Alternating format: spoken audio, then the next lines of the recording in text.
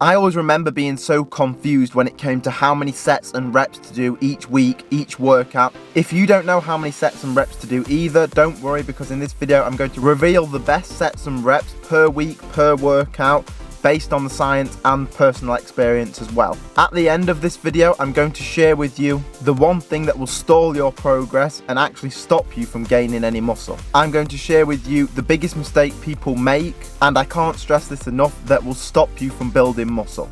In the first half of the video, I'm going to talk about the sets, how many sets to do per workout, how many sets to do per week, and for which body part, and for your level of experience. In the second half of the video, that's when we're going to talk about the reps, how many reps to aim for, and what different rep ranges will get you in terms of results. If you want to learn how to burn body fat and build muscle and see other videos on topics just like this, where I break the truth down on every fitness topic, then subscribe to this YouTube channel. For the sets, I'm going to break it down into two ways, and that's muscle groups. So some muscle groups will need more sets than others because all different muscle groups are different sizes. And then of course your level of experience. A person who's been training 1 year can't be expected to do the same amount of volume as somebody that's been training 10 years. To make a muscle grow, you have to overload that muscle. So you have to do more and more sets. That's the theory, that the more you do, the more you will grow. And that is true, we do have to overload the muscle, but there becomes a point of diminishing returns where we've done too many sets and the muscles and nervous system simply just can't recover from the amount of sets that you're doing. This is when you'll stop gaining muscle, and in some cases you'll even lose muscle. The goal of everybody's workout program should be to find that sweet spot to where you're doing enough volume and sets per week to overload the muscle, but not too many to where you get to the point of diminishing returns, the point where you can't grow any further. So we want to do the most we can, but not to the point where it becomes counterproductive. One other thing I would tell you just before we get into the breakdown of it is just remember we are talking about hypertrophy here. So the goal is to build muscle. That's what hypertrophy means. We're not talking about building strength. First of all, make sure you're doing 3 full body workouts per week. You don't want to be doing the less effective split routines that often people will do, and that is probably the more popular way to train. The best way to split your volume up is to do 3 full body workouts per week, so maybe Monday, Wednesday and Friday, where you work every muscle group in one workout. This will help you build more muscle because you're hitting each body part more frequently. We don't want to be only training chest once or twice a week when we could train chest 3 times a week, which, even though we'll be doing the same volume, will allow you to exhaust the muscle better because we're splitting that volume up. Also, protein synthesis is only going to last around 24 to 48 hours, so if you train chest on Monday and you're not going to train chest again until next Monday, then you're missing out on potentially 5 days worth of protein synthesis, whereas if we're training Monday, Wednesday, Friday, we're almost never missing out. So the minimum sets per week that I recommend is 9 sets per week per body part. So that would mean all the body parts, chest, biceps, back, all of the body parts. 9 sets is the absolute minimum I recommend, and I usually recommend this for people who are literally just starting a program right now. The maximum amount of sets I recommend per week is 18. There's very, very rare cases that people can go over that, and there are some people that can, but really anything over 18, you get to that point where you're really just fatiguing your nervous system and wasting your time. You're not actually making any further progress. If you was doing 9 sets per week, that means you would be doing 3 sets of each body part 3 times per week to equal that 9 sets. If you was doing 18 sets, you'd be doing 6 sets per body part per week. So you might do 2 exercises of chest, 3 sets each, that's 6 sets, do that 3 days per week, that's 18 sets. Now here's the breakdown, so listen carefully. So if you've been training under 12 months, so under 1 year, I want you to do 9 sets per week. This is going to be enough to stimulate muscle growth, but without overloading the muscle too much. As you progress, you'll be able to change and up the volume, up those sets per week, as your body will be able to handle more. Obviously when you first start out you will be quite sore, so starting out with 12, 15, 18 sets per week is going to be far too much for you. And remember, all you need is that 9 sets per week. Don't think that just because you can do 18 that you're going to get better results. You won't. You'll get better results by sticking to the 9 sets. This is also important because if you're just starting out, that leaves room for progress. If you start out at 15, 18 sets a week, and that's where you start out, 2 years from now you can't make any more progress because you're not going to be able to do any more than that amount of sets. So if you start out at 9, that means we can slowly up the sets to 12, to 15, to 18 over the next sort of 5 years. If you've been training 1 to 2 years, then I recommend anywhere between 9 and 12 sets. I would be pushing closer towards that 12 sets per week.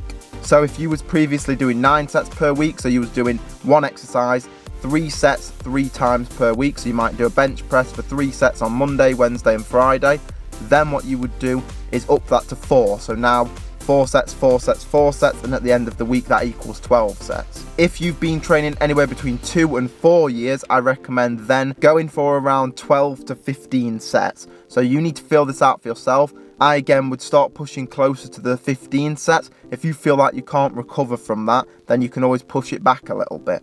And finally, if you've been training 4 years or anything above 4 years, then aim for around 15 to 18 sets per week. Obviously, the more advanced you are, that's the closer you're going to get to that 18 sets per week. And when I'm talking about how long you've been training, this does mean how long you've been training it consistently. If you've just done one workout a month for 5 years, that does not make you an advanced lifter. That doesn't make you somebody that should be doing 18 sets per week. What category you fall in will be relative to your experience, but also your consistency. So now you know how many sets to do per week for you. You need to know how many sets to do per body part. And yes, it's very important that we train every muscle group if you want an all-round physique. You have to think about it this way. You can't expect a small muscle such as the bicep, which is a very small muscle, to be able to handle the same amount of sets and volume as a muscle such as the legs, which are a massive muscle group, or the back, which is another massive muscle group. You can't expect them to be able to handle the same. I'm going to list them all out for each body part, and you should be writing this down either on your phone or on a piece of paper. All of this should be written down so you know, based on, again, the numbers from before, your experience level. And now we're going to talk about how many for each body part. So for the chest, anywhere between 9 sets and 18. For the back, anywhere between 9 sets and 18 per week. For the shoulders, anywhere between 9 and 15 sets per week. For the biceps, anywhere between 9 and 12 sets per week. And for the triceps, anywhere between 9 and 12 per week. The reason those muscle groups have a little bit less volume is because, one, they are smaller, but also when you're doing your compound movements such as your pressing, like a bench press for the chest, you're also working a lot of your triceps as well.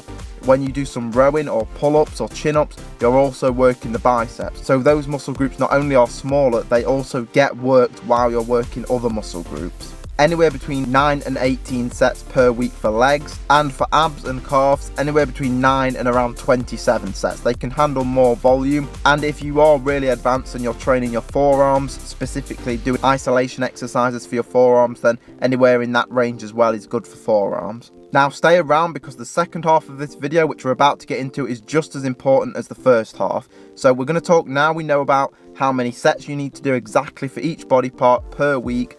Now we need to talk about how many reps to aim for and what rep ranges you need to work in to build the most muscle. First of all, any rep range will build some muscle. So it's about which rep range is optimal, which is the best range to build muscle. Because people will tell you can't build muscle when you're aiming for 20, 30 repetitions. You can't build muscle when you're aiming for 3 or 4 repetitions. That's all wrong. You will build muscle if you hit 20 reps per set. You will build muscle if you hit 3 or 4 reps per set. But it's not optimal, and that's what we're going to talk about. On average, to give you a breakdown, reps between 1 and 5 are going to build strength, and you will build a small amount of muscle as well in that rep range, but mainly you're going to build strength. You're going to get stronger by aiming for those reps. Another downside to this for hypertrophy and building muscle is you don't get much of a pump. A pump is the feeling you get when it's tight in the muscle, when basically all it is the blood and the water is just being pumped into the muscle when you're constantly using that muscle in the gym. That does stretch the fascia tissue a little bit, which allows for more growth. That's why I'm going to talk a little bit about whether these rep ranges tend to give you a pump or not, because it is somewhat important for size. The 12 reps to 20 reps range is going to be good for muscle endurance, so building that endurance up. You will get quite a good pump from doing this, but you will also experience a small amount of muscle growth. You won't necessarily get big from working in that rep range, but you can still build some muscle. So that leaves us with the best rep range to build muscle, and that's the 6 to 11 rep range. Anywhere in the 6 to 11 rep range, that's where most people are going to build the most muscle. You will build a small amount of strength if you're aiming close to the 6 reps as well. It won't be a significant amount of strength, you will get a little stronger. You'll build definitely the most muscle in this range, you'll tear the most fibers down, you'll also get a good pump as well. What I love about this rep range is you'll get an increased boost in testosterone when you lift heavier, the sort of 6 to 7 range. You also obviously get the pump, which is important for stretching the muscle out, and then you get the most fiber breakdown between 8 and 10. So you have all the 3 components to building the most muscle in that range. The 1 to 5 rep range allows for a lot of tension on the muscle, but you don't get enough volume. Above 12 reps allows for a lot of volume, but then you're not getting enough tension on the muscle. You're not breaking the fibers down enough. And then obviously the magic happens in the 6 to 11 range, where you're overloading the muscle, you're getting enough volume on that muscle, and you're also lifting heavy enough to break those fibers down as well. Now I'm going to break down the rep ranges for each body part. This is a lot more individual than what the sets are, but still for most people, what I'm going to say is going to be the truth. So with the bigger body parts such as chest, back and legs, it's almost always best for people to go a little heavier on those body parts, to lift more in the 6 to 8, 6 to 9 range. When it comes to the biceps, the triceps, you're going to be much better off mostly going for anywhere between the 8 and 11 range. For the shoulders, it really depends on what movement you're doing. If you're doing any type of press, anywhere in the 6 to 11 range is good. If you're doing overhead press, a military press, if you're doing like a side lateral raise or you're working the rear delts, anywhere really between 9 and 11 reps is going to be best for that. You don't want to be going heavy on the smaller isolation exercises like the side lateral raises. You don't need to go heavy on those exercises. What I recommend you do is up those sets as your experience gains and you start to feel like you're eating enough protein, enough calories, and you're getting all the fundamentals right to grow and recover from those sets. And when it comes to the repetitions, play around with it a little bit, change it up. I don't always stick to the same rep ranges. See what works best for you. Try around 6 to 8 for the chest, and then after a few months then maybe go for 9 to 11 for the chest, and constantly change things up. Don't let the body get used to the same thing over and over again, but also stick with the same thing long enough to make progress on it. So don't change it every single workout, but anywhere between every 4 to 8 weeks, change the repetitions up, change things around, change your exercises, and don't let the body get used to that same stimulus over and over again. As promised, the bonus tip. So what you need to do is make sure you're not doing too much volume, and I did touch on this, but I know a lot of you are going to ignore what I've said.